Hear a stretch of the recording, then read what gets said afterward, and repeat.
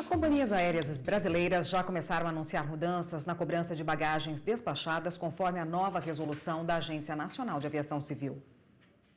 A Latam pretende cobrar o despacho da bagagem a partir do dia 1º de julho. O valor será de R$ 30 para passagens compradas antecipadas. A Avianca, por enquanto, não pretende cobrar por bagagem despachada.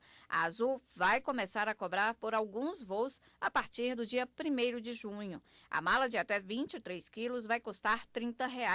A Gol informou que vai passar a cobrar no dia 20 de junho. Em voos nacionais, a mala de até 30 quilos de passagens compradas pela internet vai custar R$ 30 e quem adquirir o bilhete no check-in, o valor vai para R$ 60. A norma foi aprovada em dezembro do ano passado. Segundo a resolução da ANAC, a cobrança passa a ser um serviço opcional oferecido pela companhia e pode ser cobrado a critério da empresa. Mas as regras precisam ser uniformes entre as companhias. O passageiro vai ter direito a levar 10 quilos na bagagem de mão, apesar da resolução prever a possibilidade de restrição desse direito. Mila já reduziu a quantidade de malas para viajar. Ela achou que já seria cobrada pela bagagem despachada e, por isso, já tentou se adequar às novas normas. A gente já não vai levar roupa para ficar trocando. Segundo, a gente já não leva lembrança para os parentes. Terceiro, a gente jamais vai comprar alguma coisa de lá para trazer de volta. Antes da resolução, os contratos de transporte aéreo de passageiros incluíam um despacho gratuito de até 23 quilos de bagagem para viagem doméstica e até 32 para internacional.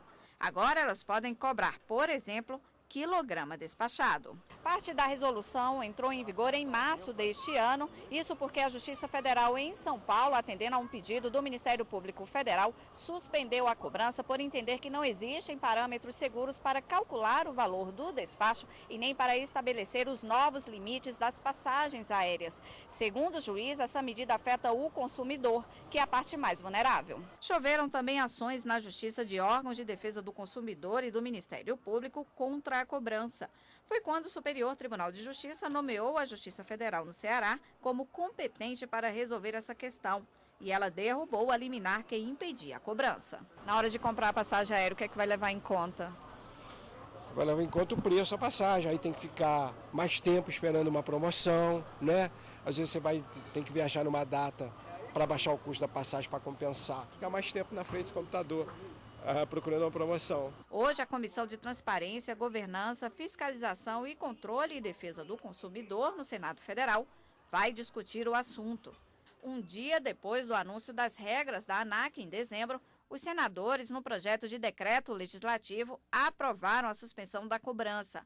O PDL ainda deve ser apreciado pelo plenário da Câmara e, se aprovado, vai passar a valer imediatamente, já que a Casa Legislativa pode sustar regras de agências reguladoras.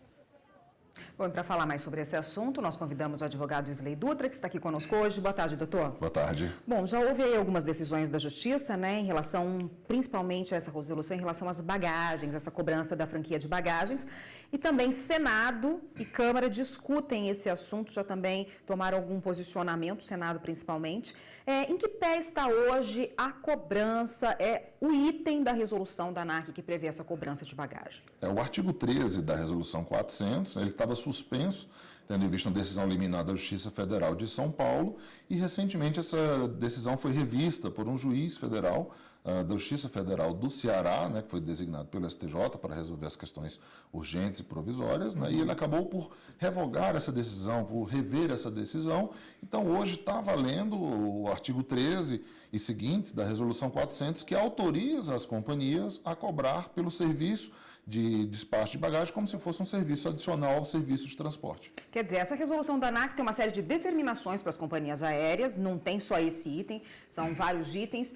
E nessa questão da bagagem é uma possibilidade, autoriza que elas cobrem, mas não determina, é isso? Exatamente. Né? A Resolução 400 ela traz as condições gerais de transporte, assim chamadas, né, que traz uma série de questões, mas muito se fala na questão da bagagem especificamente, porque foi aquela que mudou mais expressivamente a rotina do consumidor, mas outras mudanças também foram implementadas pela resolução, muito bem vistas pelo consumidor, como a remarcação de bilhete, mudança do nome sem ônus, enfim, entre outros. Qual é a regra atual que está em vigor para despacho de bagagem se a companhia aérea, por exemplo, não fizer nenhum tipo de alteração? Tendo em vista a vigência da resolução, está valendo a questão da cobrança. Agora, essa questão ela é relativa. A compra de uma passagem, ela constitui um contrato de transporte celebrado entre o passageiro e a companhia. Então, o que vai valer é de acordo com a data da compra. Então, se a compra da passagem ocorreu antes de 14 de março, as regras aplicáveis são as regras vigentes à época da compra, independente da data em que se vai voar, porque o contrato foi entabulado no ato da compra e não no ato do transporte. E quem já tem passagens aéreas compradas, por exemplo, e aí a companhia em que ela fez essa compra dessa passagem aérea um bom tempo atrás resolveu cobrar pela bagagem, se utilizar aí dessa resolução da ANAC.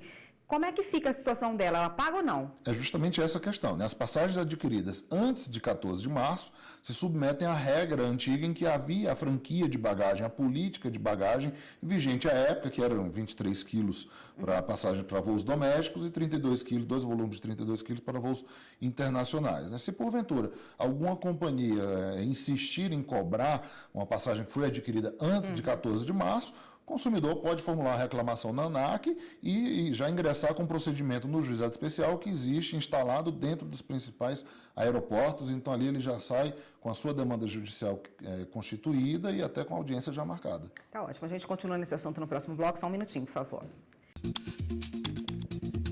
O Jornal da Justiça está de volta e nós continuamos aqui com o advogado Isley Dutra, que hoje está conversando com a gente a respeito da resolução da ANAC, que, entre outras previsões, traz essa da cobrança da bagagem, da franquia de bagagem, né? Teve essa resolução, teve esse item aí na resolução para cobrança de possibilidade de cobrança da franquia de bagagem, mas também aumentou o volume que a gente pode levar dentro da cabine do avião, né? Dentro do avião. Como é que ficou essa questão? Exatamente. A resolução passou a determinar que as companhias permitam, no mínimo, 10 quilos de bagagem de mão, né? Obviamente, respeitados os limites e capacidades da aeronave, né? Não adianta a companhia autorizar 50 quilos se a aeronave não tem essa capacidade e o local apropriado para bagagem de mão não tem a capacidade, né? Mas a resolução prevê um mínimo de 10 quilos de bagagem de mão. Mesmo que ela não cobrar a franquia, que ela decida que não vai cobrar para o despacho de bagagem, esse aumento é uma determinação. Exatamente. A cobrança pelo despacho de bagagem é uma faculdade da companhia aérea. Ela pode optar por não cobrar essa franquia de bagagem, esse despacho de bagagem, e oferecer isso como um diferencial de concorrência para se destacar das demais companhias, mas independentemente de cobrar ou não a franquia, a resolução determina que ela assegure um mínimo de 10 quilos de bagagem de mão, e isso deve ser cumprido independentemente dela cobrar ou não o despacho. O senhor já falou aí no primeiro bloco que a gente conversou sobre outros itens muito positivos, né, que constam dessa determinação. Explica melhor para a gente quais são eles, quais são os melhores para o consumidor visto com bons olhos. Os principais, os mais relevantes, né, a possibilidade de alteração do nome na passagem sem qualquer ônus, o prazo máximo de 7 dias para haver o reembolso, contados da solicitação de reembolso do passageiro, a impossibilidade, a proibição de cancelamento do bilhete de volta, caso o passageiro não embarque na ida, né, o chamado no-show, que era uma coisa que acontecia muito antigamente, né, ao argumento de que quem não foi não poderia voltar, né, então a resolução veio para regulamentar isso, regulamentou a questão de assistência material, enfim, é uma série de determinações e regulamentações que são vistas com bons olhos aos passageiros. Como que fica o direito ao arrependimento?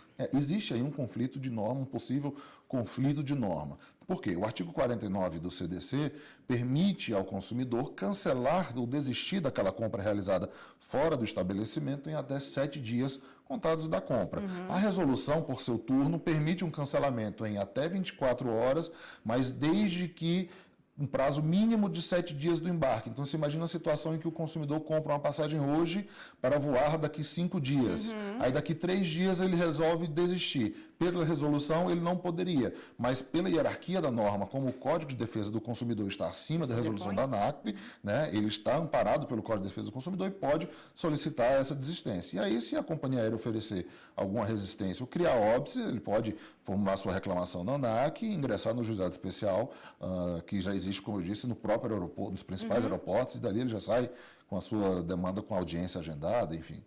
ótimo, doutor. Obrigada pela participação. Eu conversei com o doutor Isley Dutra, que conversou com a gente a respeito do direito do consumidor diante dessa nova resolução da ANAC, que já está começando a ser implementada pelas companhias aéreas. Obrigada, doutor. Sempre um prazer. Até uma próxima.